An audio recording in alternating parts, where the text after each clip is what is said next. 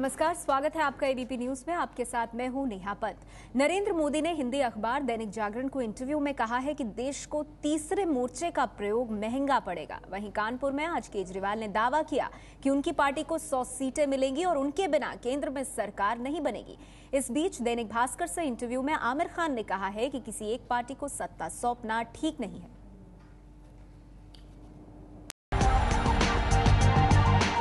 देश की दो बड़ी हस्तियां, राजनीतिक हस्ती नरेंद्र मोदी, गैर राजनीतिक हस्ती आमिर खान। मोदी ने कहा तीसरा मोर्चा ठीक नहीं। आमिर को लगता है किसी एक की सत्ता ठीक नहीं। तो क्या सत्ता का विकल्प देगा तीसरा मोर्चा? हिंदी अखबार दैनिक जागरण में मोदी ने पहला इंटरव्यू दिया। तीसरे मोर्चे पर नरेंद्र मोदी ने कहा कि तीसरे मोर्चे की वकालत करने वाले अधिकांश दल कांग्रेस विरोध की राजनीति पर उभरे, लेकिन अवसरवाद ने उन्हें कांग्रेस से हाथ मिलाने को मजबूर कर दिया। आज जब कांग्रेस के खिलाफ देश में आक्रोश है, तो तीसरे मोर्चे की मदद करने वाले लोग परोक्ष रूप से कांग्रेस को ही मदद कर रहे हैं। देश ऐसे निर्णायक मोड़ पर खड़ा है कि प्रयोग महंगा पड़ेगा। मोदी अपनी रैलियों में भी प्रमुखता से तीसरे मोर्चे पर हमला बोलते रहे हैं और 11 पार्टियों का थर्ड फ्रंट भी मोदी का मुकाबला करने के लिए ही खड़ा हुआ है। लखनऊ में भी मोदी कांग्रेस से ज्यादा समाजवादी पार्टी पर बरसे, जो थर्ड फ्रंट में मुख्य भूमिका में है। एक साल में आपने उत्तर प्रदेश में 150 दंगे करवाए हैं। गुजरात में 10 साल में एक दंगा नहीं हुआ है, कहीं कर्फ्यू नहीं लगा है। आप हमसे तुलना कर रहे हो? नेताजी, आपकी राजनीति भले चलती हो, लेकिन मेहरबानी करके राम मनोहर लोहिया जी का नाम लेना बंद कीजिए। यूपी का दौरा कर रहे अरविंद केजरीवाल ने भी दावा किया है कि उन्हें 100 सीटें मिलेंगी और उनके बगैर सरकार नहीं बन सकती। आम आदमी पार्टी की कम से कम 100 सीट आ रही है जी। कम से कम केंद्र में सरकार आम आदमी पार्टी के बिना नहीं बन सकती है। जिस तरह केजरीवाल कांग्रेस और बीजेपी पर हमले करते हैं, उससे तो लगता नहीं है कि वो कभी इन दोनों पार्टियों का समर्थन करेंगे। तो क्या केजरीवाल भी तीसरे मोर्चे की ही बात कर रहे हैं? वहीं आमिर खान ने सत्यमेव जयते से ठीक पहले इंटरव्यू दिया है और खुलकर राजनीति पर बात की। आमिर खान ने कहा, अभी मौजूदा राजनीतिक दलों को देखें जो राष्ट्रीय या क्षेत्रीय हैं, तो मैं उनमें मौजूदा गठबंधन को ही तरजीह दूंगा। या तो मुझे एक राजनीतिक पार्टी दिखे जिसे देखकर ये लगे कि वाह क्या पार्टी है, ये बहुमत में आ जाए तो अच्छा काम करेगी, लेकिन ऐसा नहीं है। इसलिए अभी एक पार्टी की सत्ता ठीक नहीं है। मैं तो चाहूंगा कि किसी को स्पष्ट बहुमत ना मिले। हालांकि अपने इंटरव्यू में आमिर खान ने नरेंद्र मोदी की तारीफ की और कहा कि वो बहुत लोकप्रिय नेता है। बीजेपी बनाम कांग्रेस की लड़ाई में आम आदमी पार्टी के बाद तीसरा मोर्चा भी शामिल है। सवाल यह है कि क्या मोदी को तीसरे मोर्चे से डर लगता है? उन्होंने कहा मुलायम सिंह मुकाबला करना है तो 26 इंच का सीना चौड़ा। आपने गुजरात में कतलेआम किया था, तब मैं गुजरात में गया था। आपने मुझे धमकी दी थी कि आपकी जान चली जाए तो हम जिम्मेदार नहीं हैं, लेकिन मैंने नहीं माना, मैं चला गया। तो मेरा सीना कितना मजबूत है, तो मोदी साहब आपने जान लिया गुजरात में।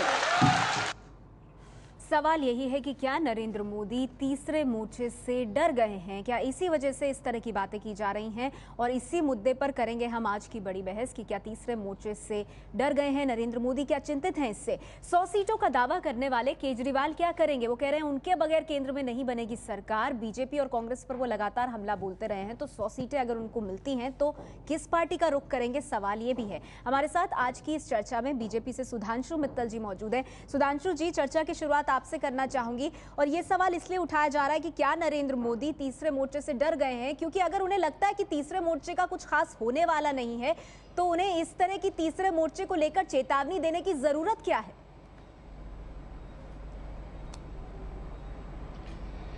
नेहा जी, अगर आप उस साक्षात्कार को पूरा पढ़ें तो उसमें देश के बारे में, राजनीति के बारे में बहुत कुछ कहा गया है।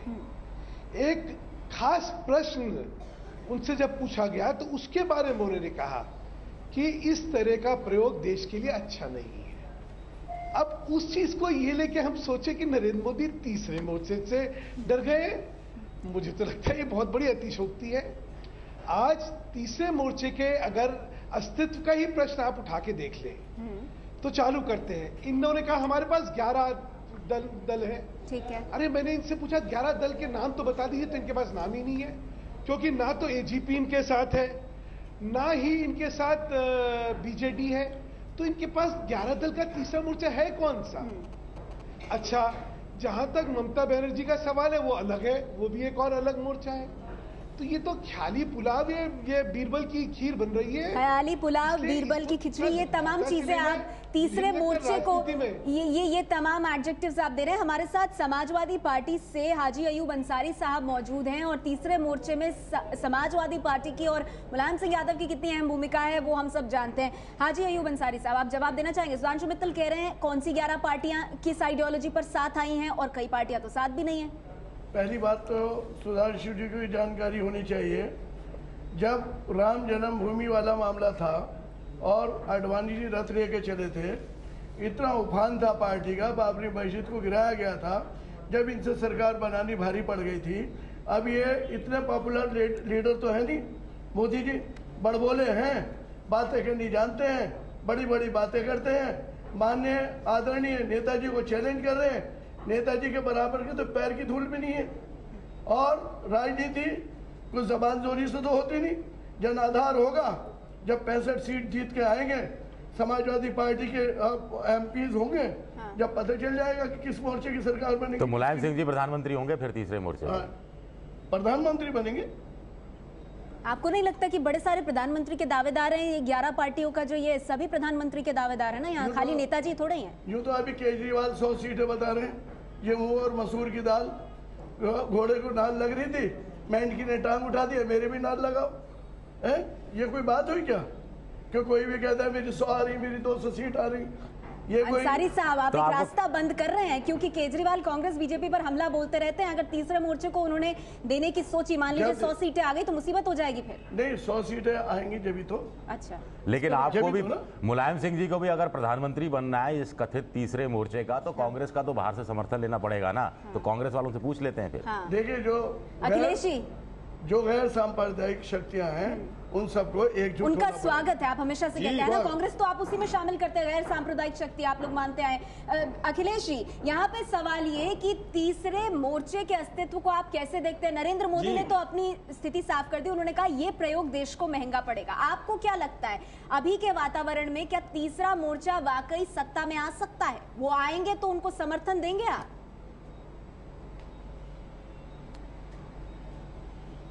देखिए, यूपीए अलायंस को स्पष्ट बहुमत मिलेगा, उसकी सरकार बनेगी, इसमें कोई दुविधा नहीं है। इसी तरह से 2004, 2009 में भी से भी ज्यादा उन्माद स्वरूप माहौल बनाया जा रहा था, बनाते रहे। ये हवा में है, जमीन पे नहीं है, ये जो माहौल मोदी जी बना रखे। नहीं अखिलेश जी, लेकिन थोड़ा सा रियलिस्टिक हो जाते हैं। चर्चा कर रहे हैं, इंटरव्यू की चर्चा कर रहे हैं, अंदर से आप अपनी बात पूरी कीजिए।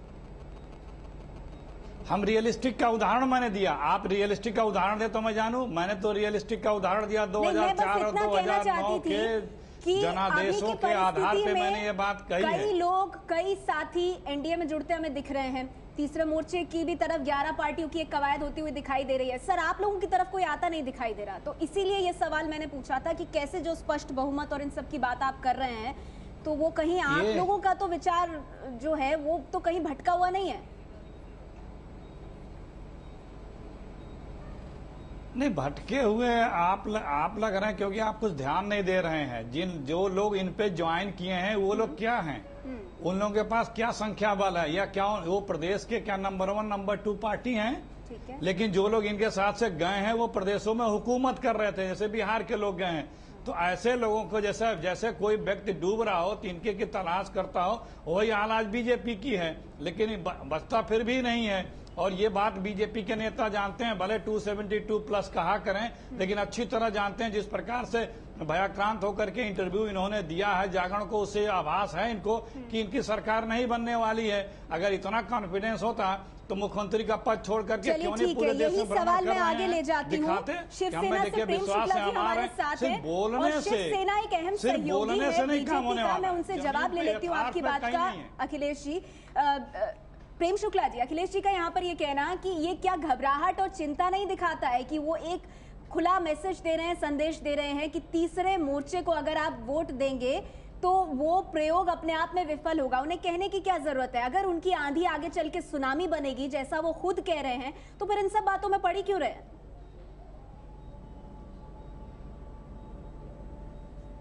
नहीं, पहली बात तो अखिलेश जी कह रहे हैं कि उनकी घबराहट और तिनके का सहारा है और सत्तारूढ़ दल के लोग जदयू वाले भाजपा छोड़ के भाग गए तो तृणमूल कांग्रेस को क्या है, सत्तारूढ़ दल नहीं मानते?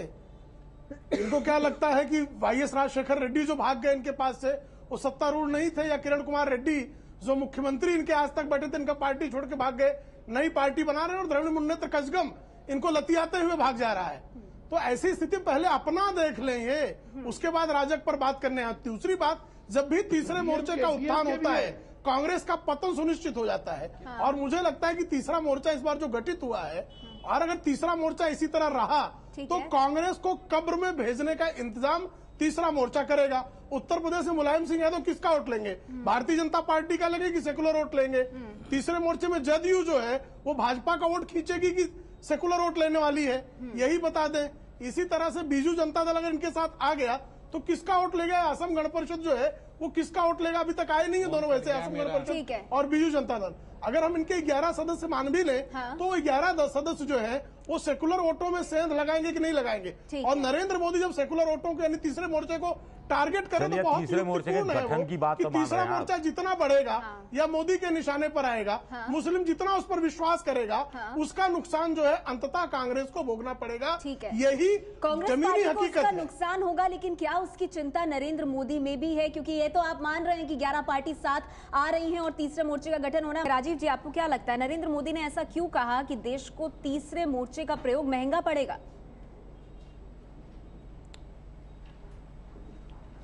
देखिए, नरेंद्र मोदी जी का जो डर है वो अस्वाभाविक नहीं है। जिस मोर्चे को वो तीसरा मोर्चा कहते हैं या समाचार माध्यमों में इस मोर्चे को तीसरा मोर्चा कहा जा रहा है, ये दरअसल देश का पहला मोर्चा है और इस मोर्चा में सर्वाधिक जो घटक संगठन है इन तीनों मोर्चों में, उसमें सबसे ज्यादा राजनीतिक दल हमारे इस पहले मोर्चे में शामिल हैं। और मैं एक बात और आपको कहना चाहूंगा, बिहार और उत्तर प्रदेश जैसे बड़े राज्य, तमिलनाडु, और जिस तरीके से आप देखेंगे वामपंथी दलों का एक राष्ट्रव्यापी आधार है, और त्रिपुरा में उनकी सरकार है, कई राज्यों में प्रमुख प्रतिस्पर्धी दल हैं, ये एक बड़ा व्यापक जनाधार का ये एक राष्ट्रीय मोर्चा है। और साथ ही साथ पूर्व के अनुभवों से कई सबक भी इस मोर्चा के नेताओं ने सीखे हैं और अलग अलग राज्यों में काफी सक्षम नेतृत्व और मजबूत सरकारें दी हैं इस मोर्चा के नेताओं ने, जिससे इन आशंकाओं पर भी राजनीति करने की गुंजाइश नहीं है कि हम अस्थायित्व तो नहीं दे सकते, हम अस्थायित्व के साथ आएंगे,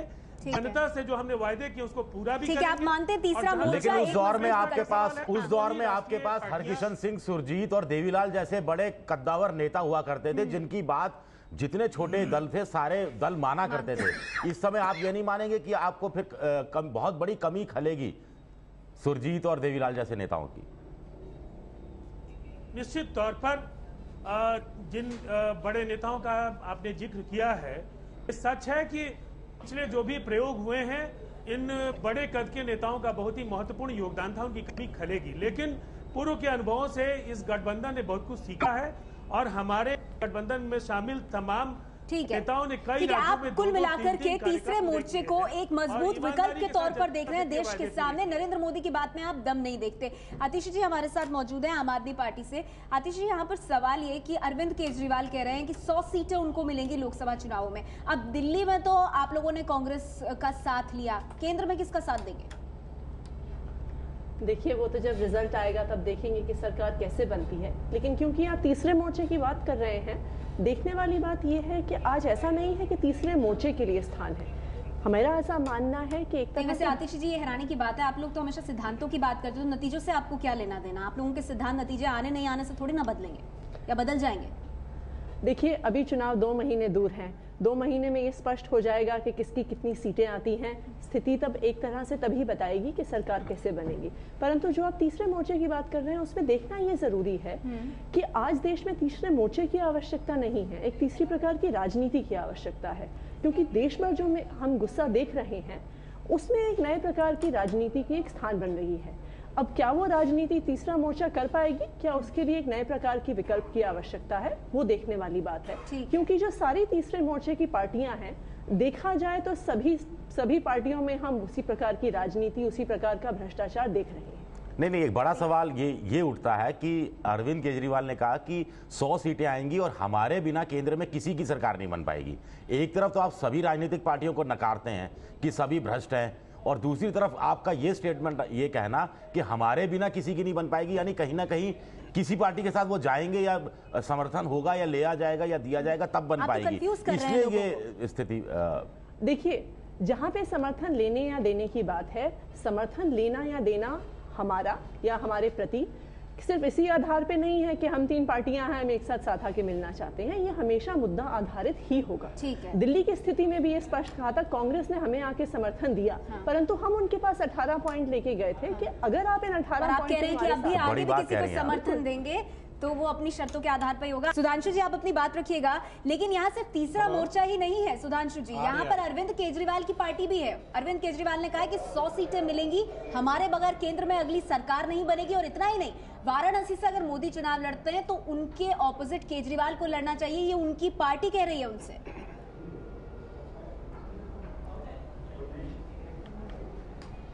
एक वो कहावत सुनी थी मैंने, छाछ बोले से बोले अब तो छलनी भी बोल रही है। मैं पहले तीसरे मोर्चे और आम आदमी पार्टी दोनों के बारे में कुछ कहना चाहता हूं, अगर आपकी इजाजत हो तो।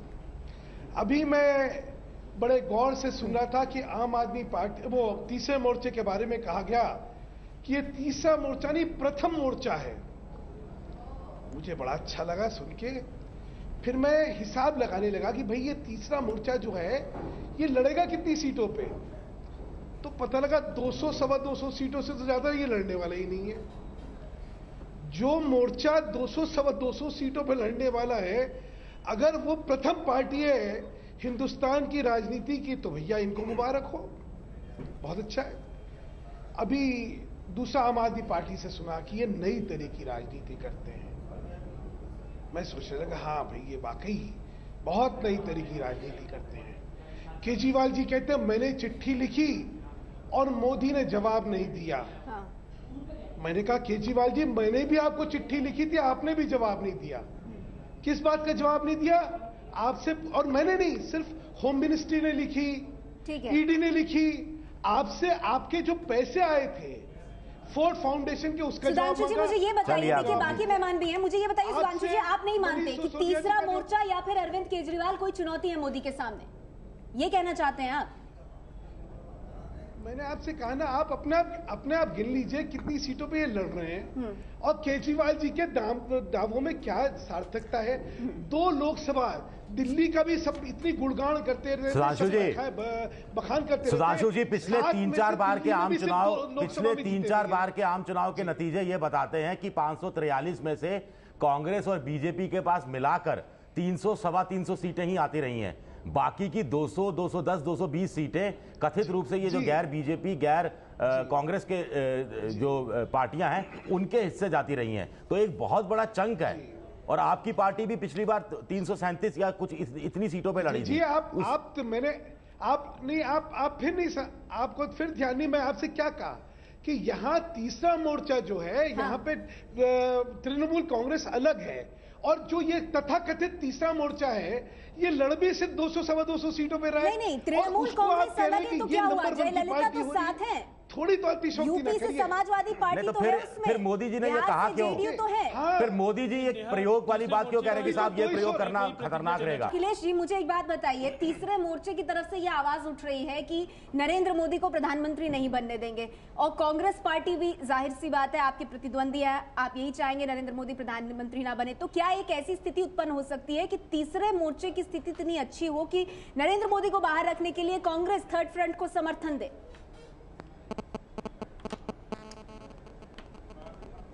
मैंने आपसे पहले भी कहा कि यूपीए अलायंस थर्ड की गवर्नमेंट बनेगी।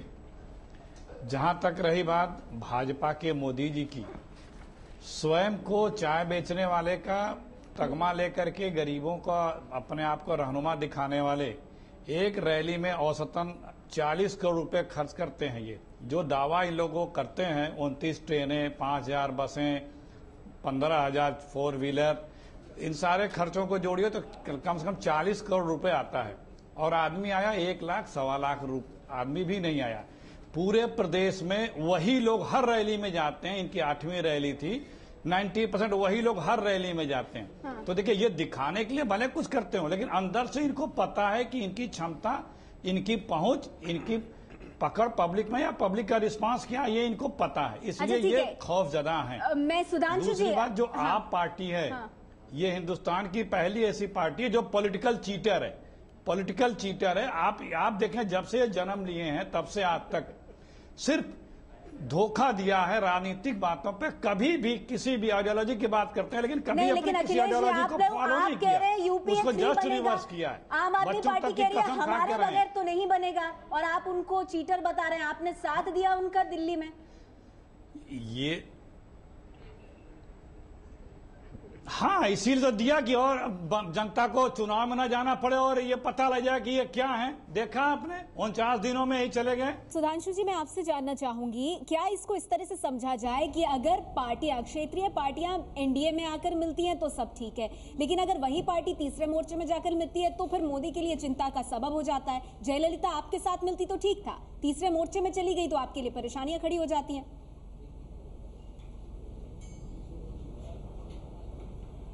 जी, प्रश्न ये हो रहा है कि एक स्थिर सरकार इस देश को मिलेगी या नहीं मिलेगी।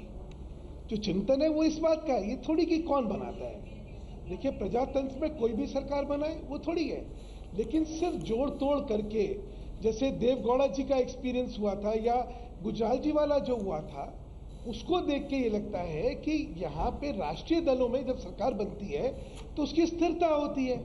और जो इस तरह के दल, जो गठबंधन जो है, ऑपॉर्चुनिस्टिक अलायंसेस जिनको मैं कहता हूं, जब उनके माध्यम से सरकार बनती है तो सरकारें चलती नहीं है, ना नीति होती है उनकी। अच्छा, प्रश्न दूसरा आ रहा है। मैं अभी कांग्रेस का भी सुन रहा था, ये सारा सुन रहा था।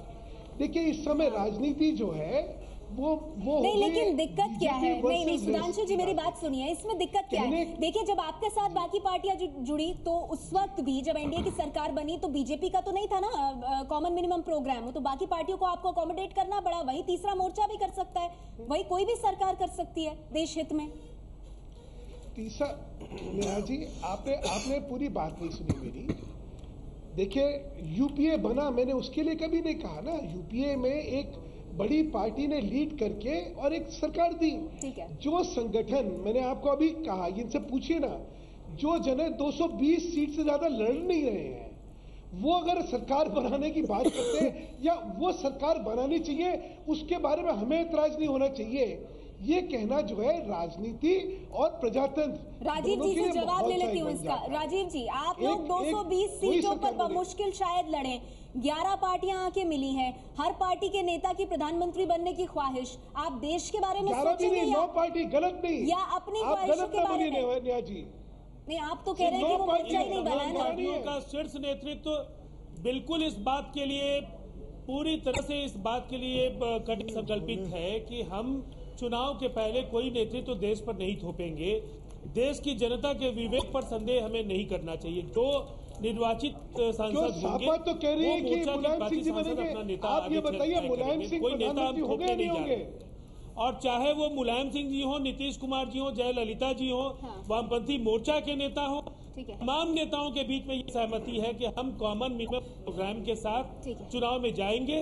नेतृत्व जनता तय करेगी और इसे हम ये कह सकते हैं कि जनता द्वारा निर्वाचित सांसद। ठीक है, अपनी तरफ से आप तीसरे मोर्चे के लिए स्थिति जो है वो बहुत साफ करके रख रहे हैं। यहाँ पर प्रेम शुक्ला जी, बहुत संक्षेप में आपसे जानना चाहूंगी, ये सवाल नहीं उठता कि अगर ये कहना कि एक मोर्चा सामने आ रहा है, उसके साथ नेता जुड़ रहे हैं, उसका प्रयोग जो है वो विफल हो सकता है या सफल नहीं होगा, ये जनता की इंटेलिजेंस का अपमान नहीं है?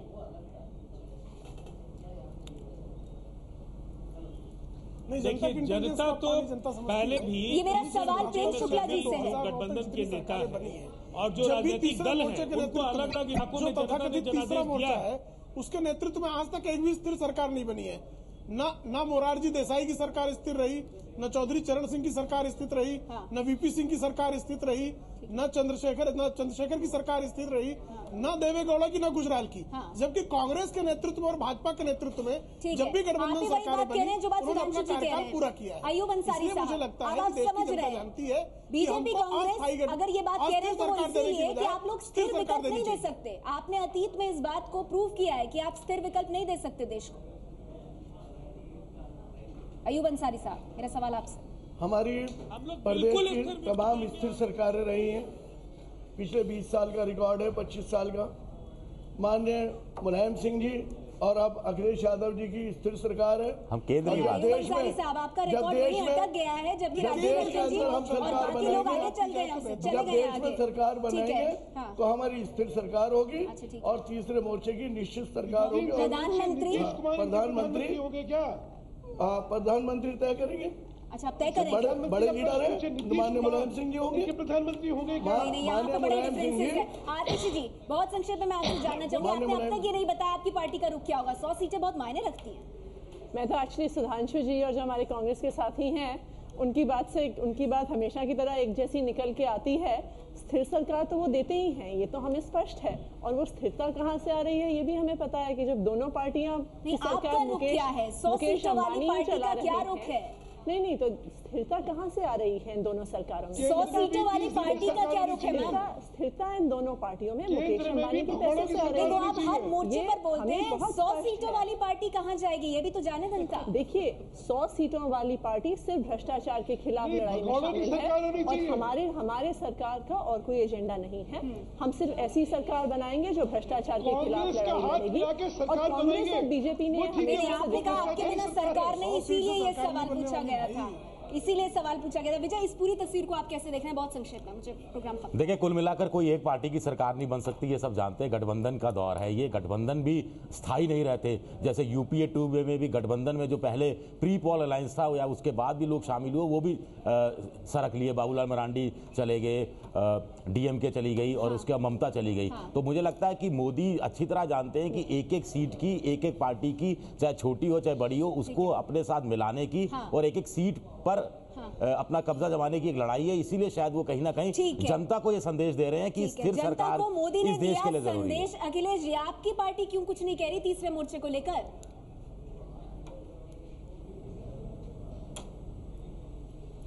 नहीं, तीसरा मोर्चा हर चुनाव के पहले बनता रहा, इस बार भी बन रहा है और हम लोगों ने, सबने, इस देश ने उसका हश्र भी देखा है। ठीक है, वो एक इंस्पायर्ड प्राइम मिनिस्टरों का क्लब है, अच्छा है, बनना चाहिए। लोगों को राजनीति में अपने अपने निर्णय लेने का अधिकार है।